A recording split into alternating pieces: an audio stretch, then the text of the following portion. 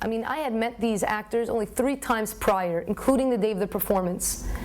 And there was a bond that was created between all of us, kind of like a kindness circle that we created, like a force field. And the amount of emails that I received from the cast members, meaning months after the production, and it was only 1 day of production, about kindnesses that they've experienced, that they've passed forward, ways that they've increased their own awareness. It made me realize that this is something that's possible. I think things happen, little things happen all the time, and I think it's more about being aware of them. I was driving my beat-up old pickup truck back into Pennsylvania from Jersey, and so as we all know, you got to pay to get out of Jersey. Actually, one time I was living in Brooklyn. I'm alone in the city, and I was really sick, and I had to get well because I was a teacher at the time. I could not miss school. When I first moved to the New York area, I didn't know where I was going, and I'd be working, and sometimes I remember one specific night I was lost in the Bronx. I didn't know where I was, and it was late, so I stopped. I just talked to everyone, so I happened to mention, like, oh, I'm going to an audition.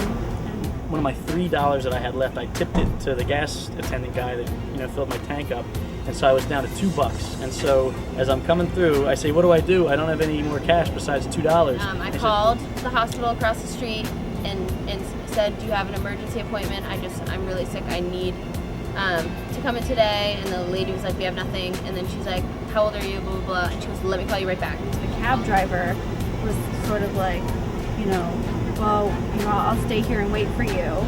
I go up to them and I say, "Listen, I have $2. What can I do? Do you guys take cards?" They're like, "Well, we don't take cards for cars." I'm like, "Oh, it's not a car. It's that truck over there."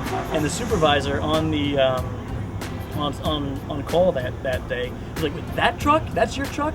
And it's this POS. It's like 7 different colors. I sawed off a roof rack recently to make it less ungainly when I'm driving down the highway. Here comes a policeman, and I flagged him down. I said, "Excuse me, can you show me how to get to the freeway?" He goes, "Follow me, I'll take you there." I said, "Thank you."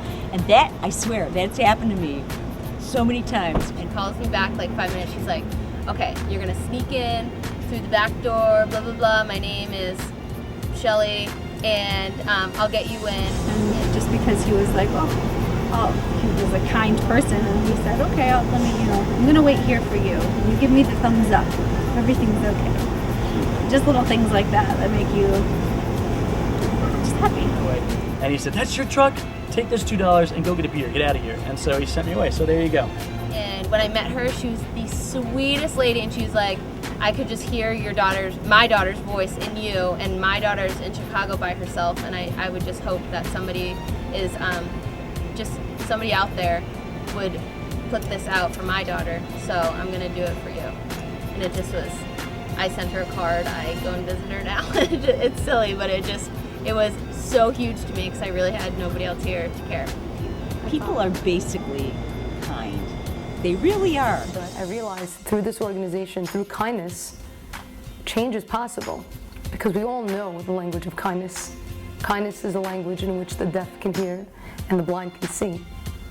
And so through LifeVestInside, through the website, through the Acts of Kindness cards, through the various inspirational media, and through our educational program, which we're looking to establish and to bring to the school systems, I know that LifeVestInside truly will have an impact, because kindness does indeed keep the world afloat.